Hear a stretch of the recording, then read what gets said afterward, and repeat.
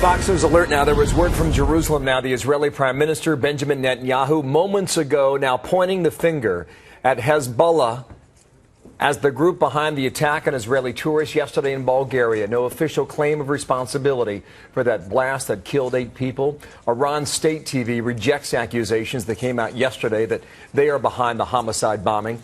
This man on surveillance video, though, is a piece of information that investigators are going through, and there's a lot more on that to talk about with Peter Brooks, former CIA officer, senior fellow of national security affairs at the Heritage Foundation. And Peter, good morning to you. Good morning. There is the thought that this is where Israel will take its revenge against Iran. Do you believe that? Well, I think there's a shadow war already going on, Bill.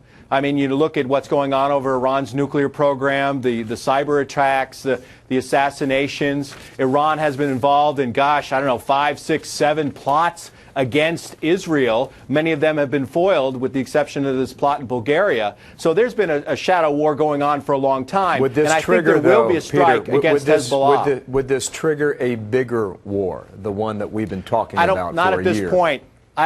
Not at this point, Bill. I don't believe so. But if Israel were to attack Iran's nuclear facilities, I think that will.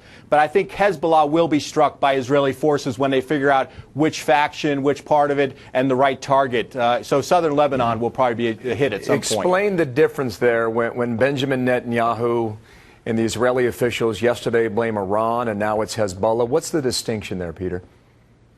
Well, they're allies. You know, obviously Iran is the world's most active state sponsor of terrorism.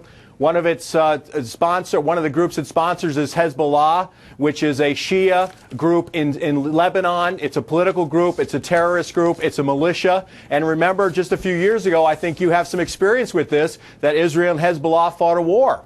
So, I mean, these are allies Hezbollah is an ally of Iran, just as Hamas is. Well, there's a resolution that was just voted on just this minute at the United Nations Security Council. I'm hearing that Russia and China have vetoed that resolution, so that goes nowhere. Bit of a paper tiger, as we talked about last hour. Peter, there's a report now that the bomber was carrying a fake ID from the state of Michigan. Put that together. Yeah. Well, it's very interesting. I mean, if it is fake, but, you know, there is a large Lebanese diaspora in Michigan.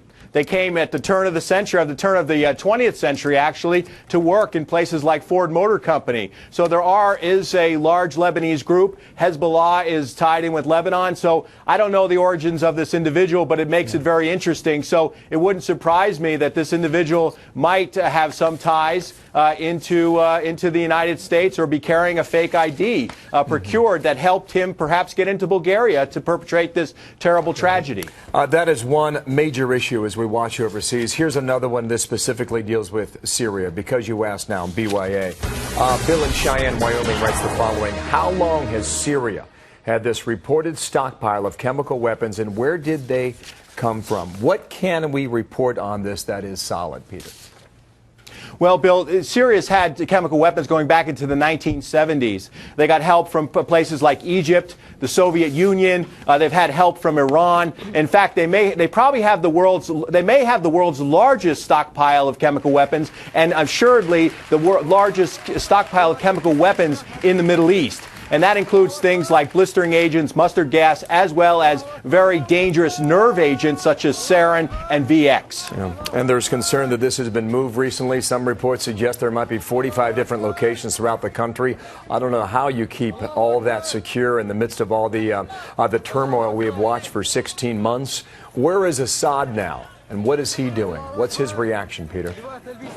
Well, you know, we need to have a declaratory policy on this, Bill, saying that the use of chemical weapons against the people of Syria will not be tolerated. We need to have our intelligence forces and that of our allies focused on where these chemical weapons have gone, where they may end up. We don't want